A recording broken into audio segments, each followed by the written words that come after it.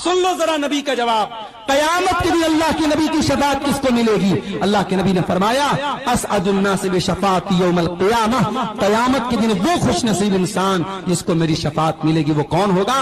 मन क़ाला ला इलाहा इल्लल्लाहु खालिसन मिन क़िबल नफ्सिही, जो दिल की गहराई से ला इलाहा इल्लल्लाह कहेगा, जो तौहीद पर कायम रहेगा, जो तौहीद पर मरेगा, उसको मेरी शफाअत मिलेगी।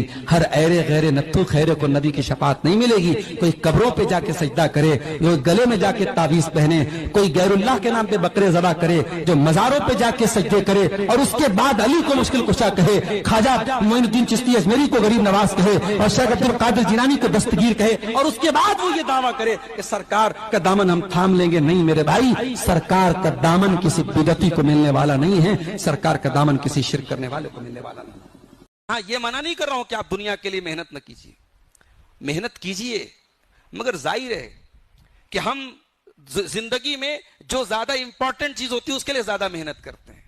एक जिंदगी परमानेंट है, एक जिंदगी 60-70 साल की है। 60-70 साल की जिंदगी पर पूरा फोकस हो और परमानेंट जिंदगी के लिए कोई फोकस ना हो, ये अक्लमंदी तो नहीं है मेरे साथ।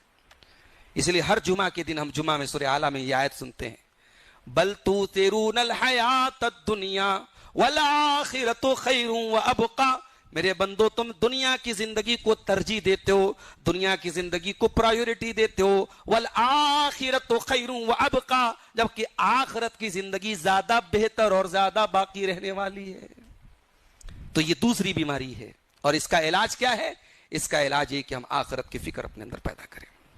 जनाजा की दुआएं पढ़ी, मुर्दे की मगफरत की दुआ की, चौथी तकबीर के बाद सलाम फेरा, कब्र तैयार हो चुकी है, कब्र के पास लाया गया, कब्र में उतारा गया, मिट्टी दे दी गई। सारे लोगों ने मिट्टी दे करके अपने हाथ झाड़ लिए और हाथ के साथ साथ अपना पल्ला भी झाड़ लिया। ये बता दिया, बेटे ने अपने बाप को मिट्टी दे करके ये बता दिया, अब्बा जान मैं आपका बेटा हूं, आपने मुझे पढ़ाया लिखाया, मेरे लिए जमीन जायदाद बनाई, मेरे लिए क्या क्या किया, मगर आज इस कब्र के अंदर मैं आपके काम आने वाला नहीं हूं। इस कब्र के अंदर जब मुनकर नकीर आपसे सवाल करेंगे तो अब्बा जान मैं आपके कोई काम नहीं आऊंगा। हैया अला सलाह की आवाज आई। मैं उसकी बात नहीं करता जो घोड़ा बेच के सोता रहता है, उसकी तो मैं बात ही नहीं करता जो अस्सलातु खैरुम मिनन नौम की आवाज सुन करके भी बिस्तर पे पड़ा रहता है, रात रात भर तकरीरें सुनता है, सुबह को फजर में घोड़ा बेच के सोया रहता है। मैं उसकी बात नहीं करता। जो नमाज पढ़ता है उसका भी हाल क्या है?